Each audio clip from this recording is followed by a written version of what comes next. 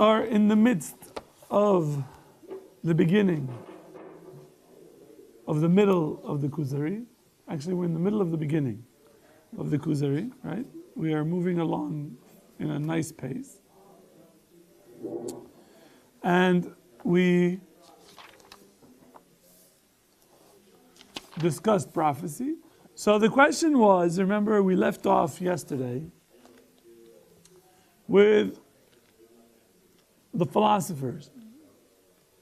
The philosophers have all sorts of theories that contradict the teachings of Moshe Rabbeinu, the teachings of the Torah. And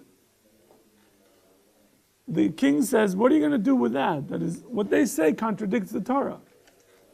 How are you going to address this issue?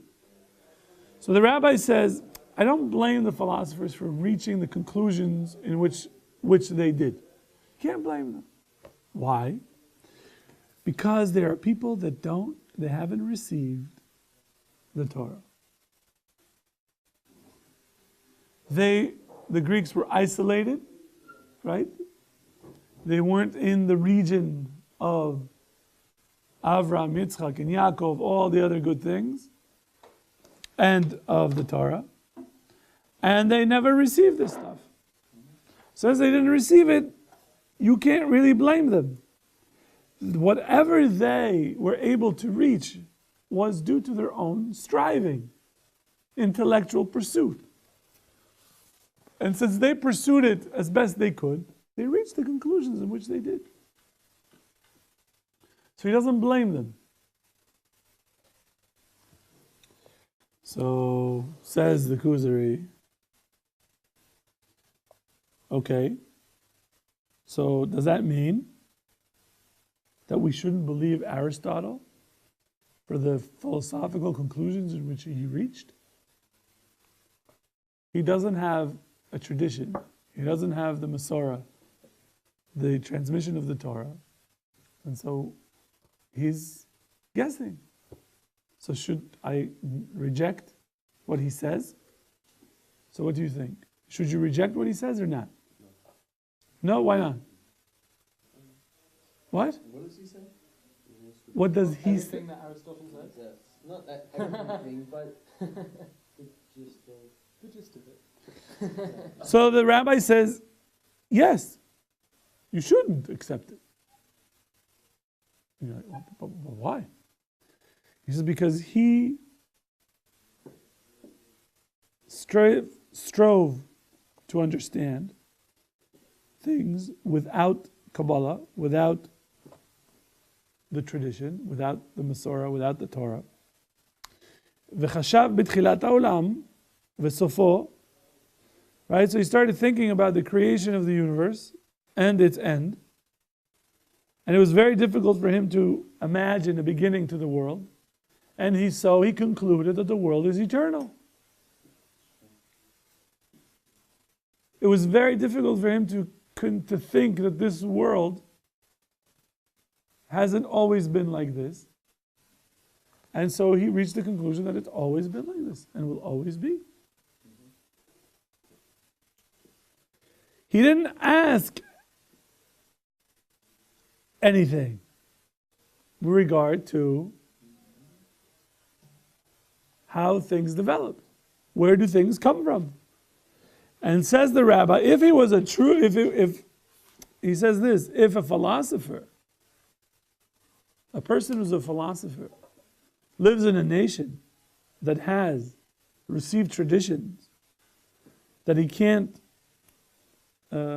reject, then there you can trust his conclusions. Okay? And that's what the Kuzari is saying. So he says, okay, the king says, okay, so you're telling me that if I have a tradition and then I can back it up rationally, I should accept. But if I just have rationally, then maybe I shouldn't accept. And the rabbi says, correct. So he says, but are there proofs for things that are rational, such as the creation of the world? That is, what do you do in situations and topics that really it's very hard to come up with a conclusion? You just don't know.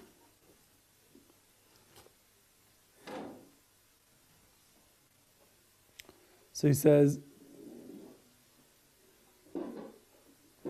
why do you assume that we don't have a proof for this question about the age of the age of the universe, or whether the world is created or not? So he says the following: God forbid, shetavo Torah b'ma she'idche raya u'mofet. This is a key position of Yehuda Halevi and also the Rambam, which is a little bit complicated to explain. I don't know that we'll get too deep into it. But what the rabbi says here is that God forbid that the Torah would come and reject a proof that establishes a particular fact. So what does it say? What does it mean when the Torah and science seem to have a conflict? What he's saying is, it's not really a conflict. The Torah, if you have a proof that scientifically the situation is X, the Torah and the science are going to have to agree. You don't have to choose one or the other. There is a way to have it work. Okay.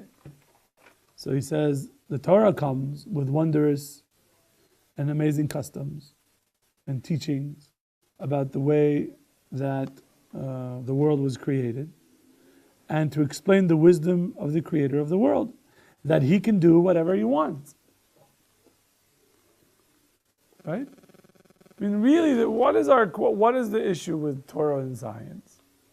One of the main issues is that science says the world functions according to necessity, or today we argue that the world functions according to chance. Right? Things just happen. But says the Rabbi in the Kuzari that really the difference is that from a Torah perspective, whatever God does, He does according to His will. He wants it to be like this.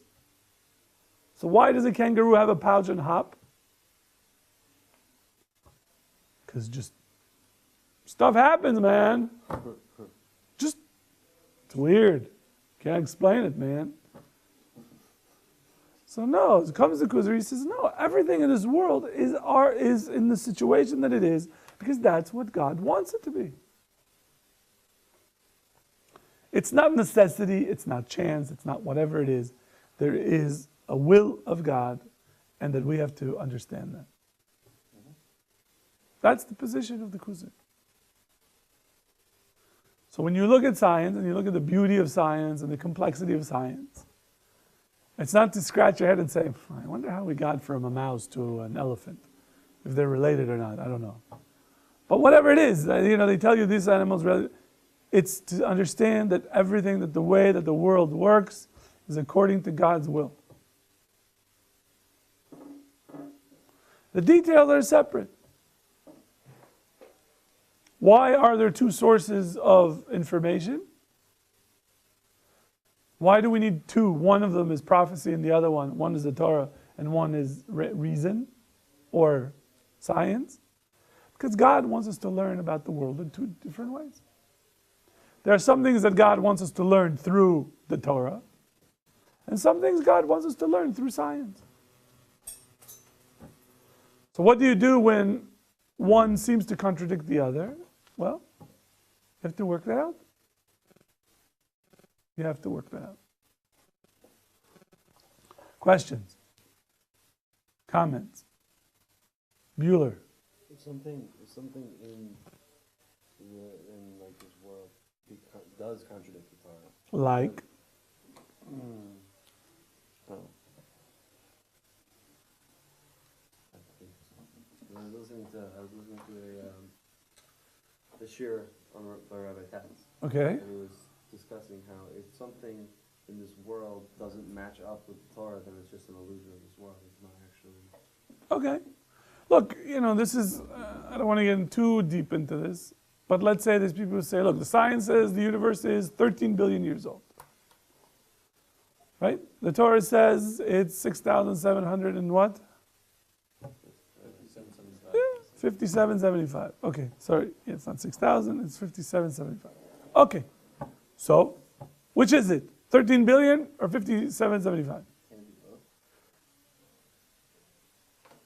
I don't know. I mean, can it be like... Like, if you told me, look, in your bank account, you have $13 billion and $5,775, which is the same.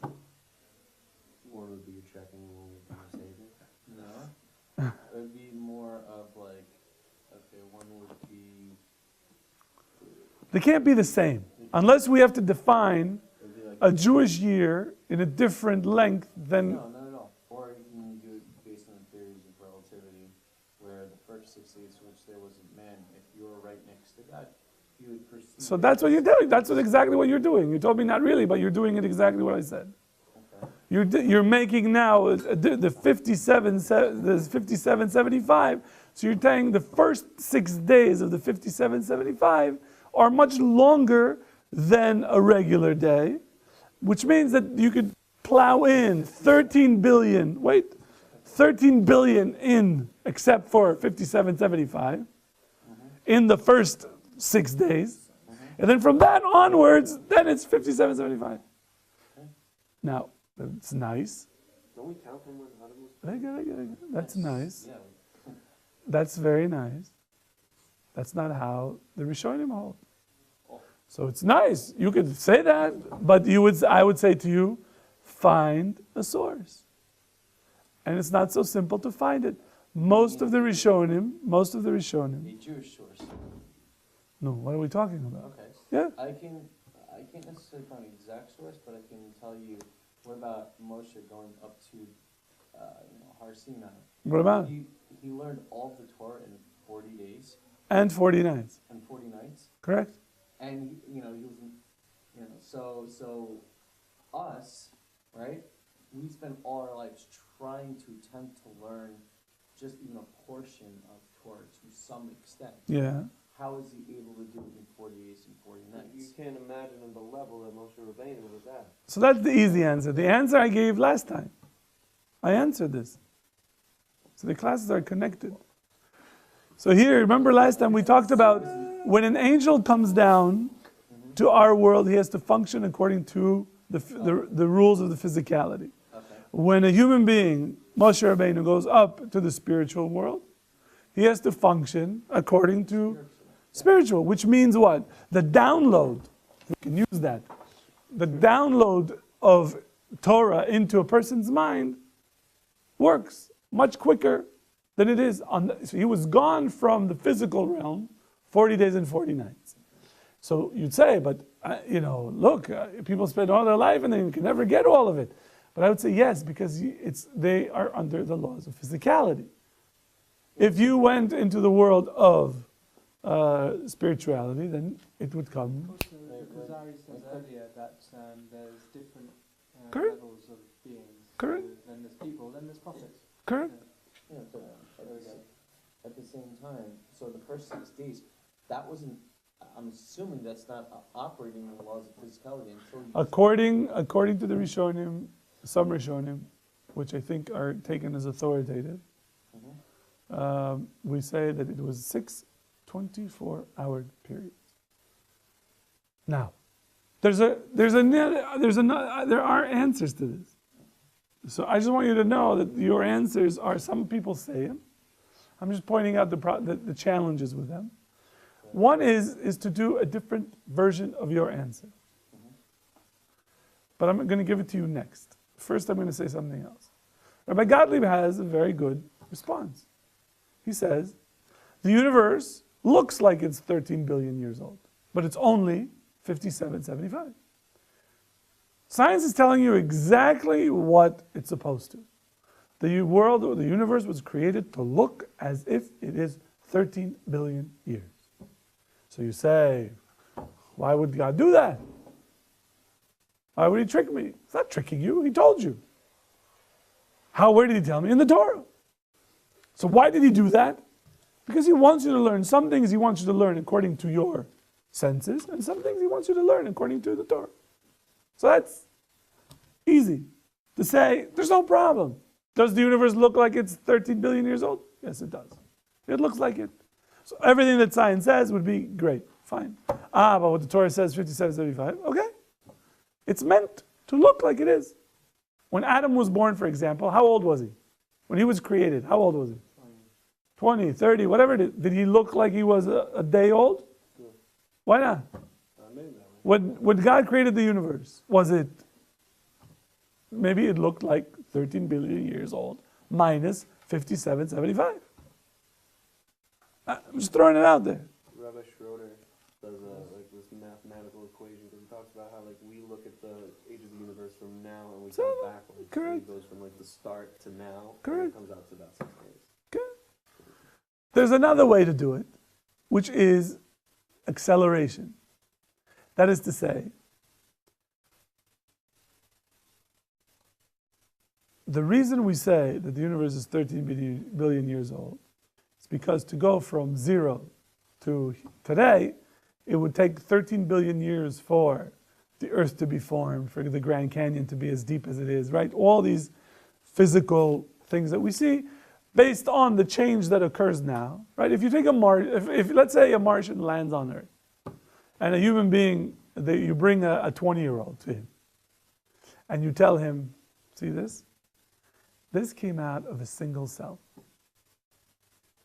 Right? There was a zygote, one cell, of sperm and egg, connected one, and it got from that one cell to these millions and millions and millions of cells. Right? And the guy said, the Martian says, okay, so, all right, what do you want me to... So then you said, how old do you think this creature is? Smiling.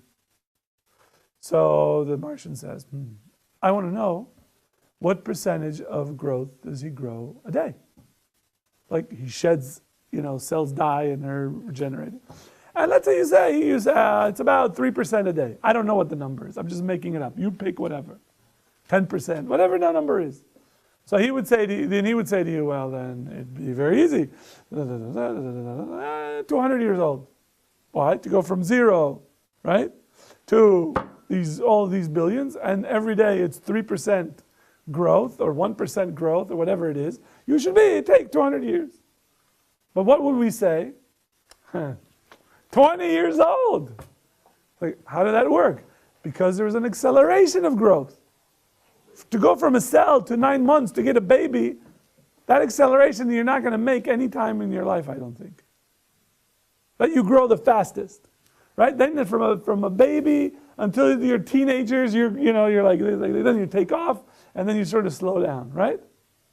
It depends on. So there are times it's possible to say that within the 6 days of creation, which is creation, there was the development of the physical world grew at a much faster rate.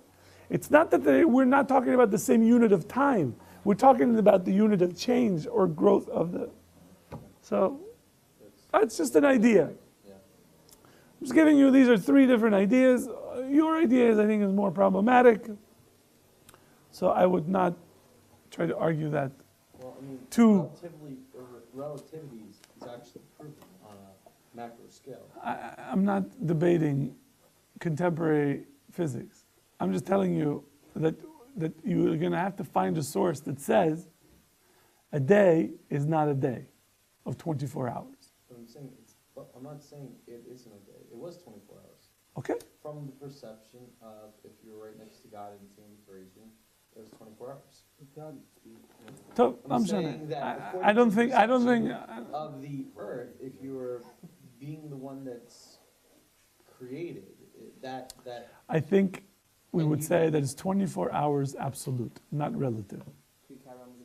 Yeah. Yeah. Especially the fact that since we Let's keep take going. 24 hours based on the sun, and there wasn't a sun, at least the first.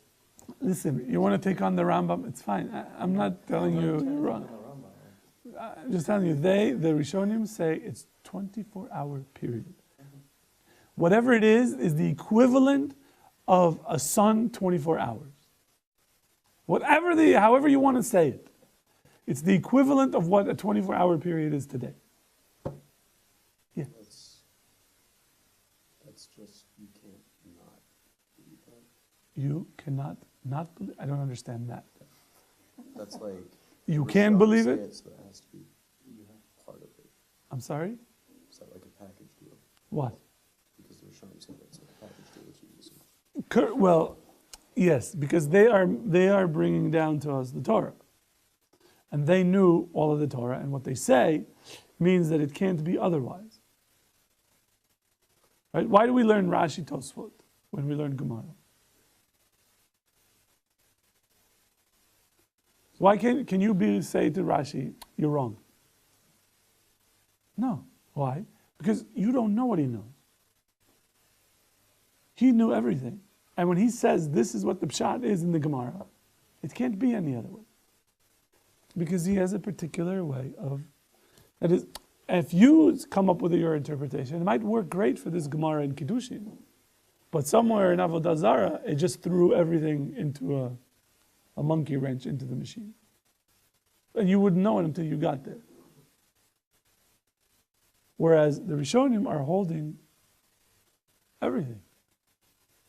Rashi, when Rashi is telling you something in Kiddushin, he knows that it's going to fit with everything else that he says everywhere else. Because Tosfot keep bringing questions from everywhere in the Gemara, asking on this. Like, if you're going to understand this here, what does this say over there? What are you going to do with that? What are you going to do over this? What are you going to do with that? And they explain that to show you that it's not a problem.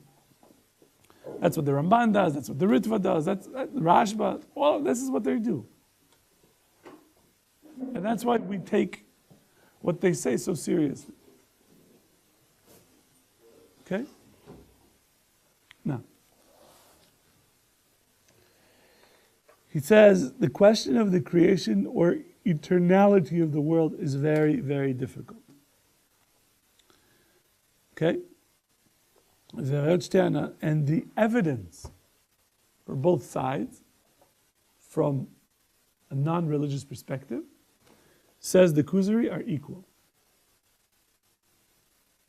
So you can bring proofs for the creation of the universe, and you can bring proofs against the creation of the universe, and you're not going to be able to knock one or the other. Either you're going to get stuck with these two positions. So he says, okay, so then what? He says, because we have the Kabbalah, the tradition that tells us that the universe was created, we go away from the problem. We know that this is correct and the other side is wrong. Okay? So since we have a tradition going from Adam to Noah and to Moses with prophecy, which is En Safek Yoter Ne'emenet Mahekesha, it's certainly much more reliable than reason, logic, because people make logical mistakes all the time. Right? How many times you're learning with a chavrusa and you're saying something and he says, it doesn't make any sense. Then he explains it to you and you realize, what was I thinking? Right? People make, even big philosophers make big mistakes sometimes. I do all the time. I never get anything right. Just ask my wife. I'm serious. Like, and I say, like, I'm pretty smart. I can argue. It's like I can never win an argument with her. It's like, checkmate. I'm like, fine, I'll take the garbage. So he says, if a Baal Torah, a person who believes in the Torah, would have to accept the existence of primordial matter, I'll explain to you that in a minute, and the existence of other worlds before the creation of this world, it would not affect his belief. Why? Because he would still believe that this world was created in a particular time and the beginning of humanity is Adam and Eve. So if you want to say that other worlds existed and there's all sorts of other things that we don't really need to get into because they're not really nogea to what we want to talk about, he says it's not going to affect our belief in the Torah, because the Torah tells us that this world that we perceive, that we experience, was created in time. What does that mean? There was a time this world didn't exist, and then all of a sudden this world does exist. And all humanity came forth from Adam and his wife. So he says to him, okay, I guess that's enough to talk about these things, but I want to get back to another issue that you mentioned. And he says, according to you, how is it possible that you can connect to God through a body? That is, human beings are the lowest in the rung of rational beings. Right? There are angels, and the different ranks of angels above, and all that. So he says, שיהיה לבורא גופות, רוחות, נפשות, זכלים ומלאכים, אשר יתגדל מהשגת הזכלים, כל שכן מהחושים. חיבור עם הבריאה הזאת. How can God be connected to a human being? He doesn't have this, that's what he's trying to do, because that is the basis for prophecy. But the question that Moshe Rabbeinu, that the Kuzari asked is, how do you know all these things? He says, because we have a tradition going back from Moses. He says, but how is prophecy possible? So does anybody have an idea of how prophecy is possible? I do. I know, but I do. How does it work? Well, first of all, if you're connected to God, God is outside time and He perceives all time. How are you connected to God? What? It's not physically. How? Spiritually. What does that mean? Good. You're what? Through your creation, that's how you connected to it. He created it. No, but how is information getting from him to you? How is it happening? If I give you information, how are you getting it? Through your speech. Yes, you're hearing me make sounds from my mouth. It hits your eardrum. It is translated to electronic impulses and a certain messages into your brain, and you understand something, or you think I said X, which when I ask you, what did I say? And people go, I don't know. Then I'm like, okay, I guess it didn't work. We'll try the transmission again. And you try again. But the idea is that I am able to put things inside your head. How do I do it? How does God put stuff in your head? Because that's what prophecy is, right? Manipulating your thoughts. Manipulating, how? Well, I mean, That's what we're going to be learning. thought actually, I think it has a physical component of, like you said, electrical impulses in your brain. That is I would say, you should listen to Rabbi Gottlieb's lecture on consciousness. That is the effect of consciousness. That is the effect, not the cause. So you're saying that if you put a thought, if you control someone's brain, and you Brain is not what I'm talking about.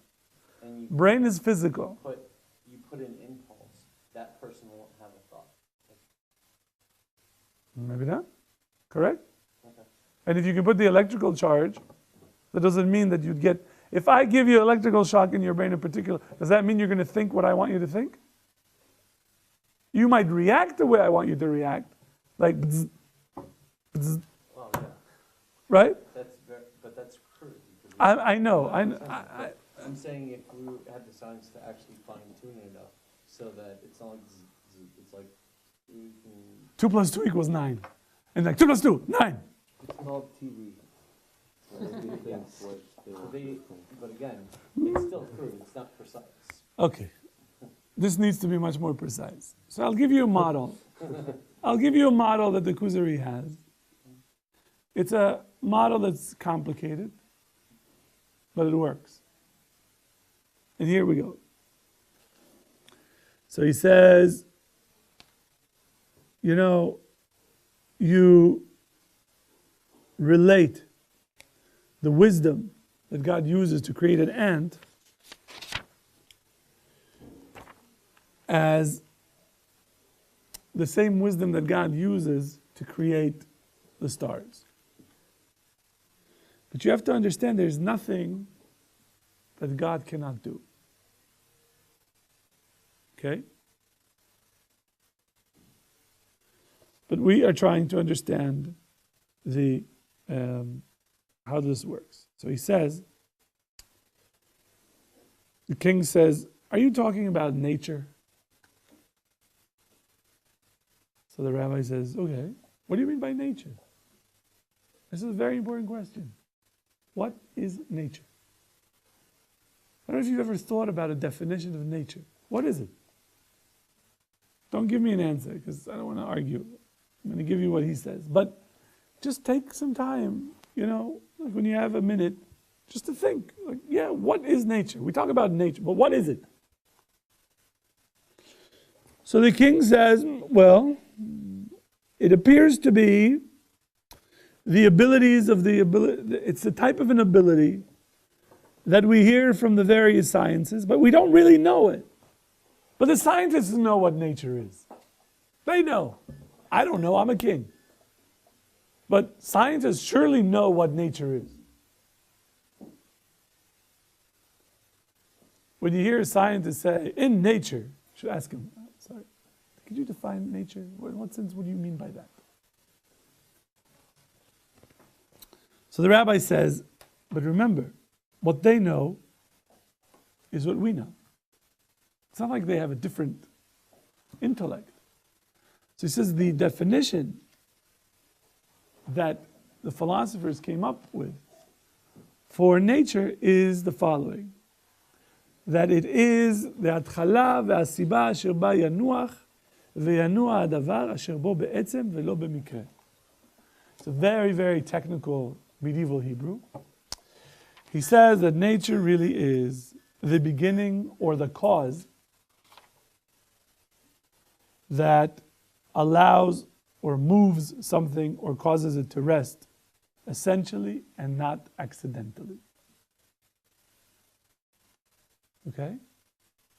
Nature is what gives us the ability to either move or rest essentially, not accidentally. What's accidentally? If Eliasaf pushed me, that would be accidental motion. I would do this, right? It's an accident if I push you? Yeah, because I don't want to move. Okay. But you're moving me. Like this is accidental. I moved your glasses. Take it easy. That would be intentional accidental motion. But there is essential motion. That is, doing that, exactly. Good, very good. Like moonwalk, Essential for demonstration. What? I said essential for demonstration. Essential. Correct. So he says that's what nature is. It's a very, very sort of narrow definition. So then he says, okay, that you must mean by this that a thing, an entity, moves by itself and rests by itself. He has a cause that allows him to do this. What allows you to move? Have you ever thought about it? Where are they coming from? Right? You're sitting, everything's fine, and then you're like, I gotta get up, I gotta go. And you go. Where's it coming from? Okay, let's stop here and we'll continue and I'll tell you what it's about.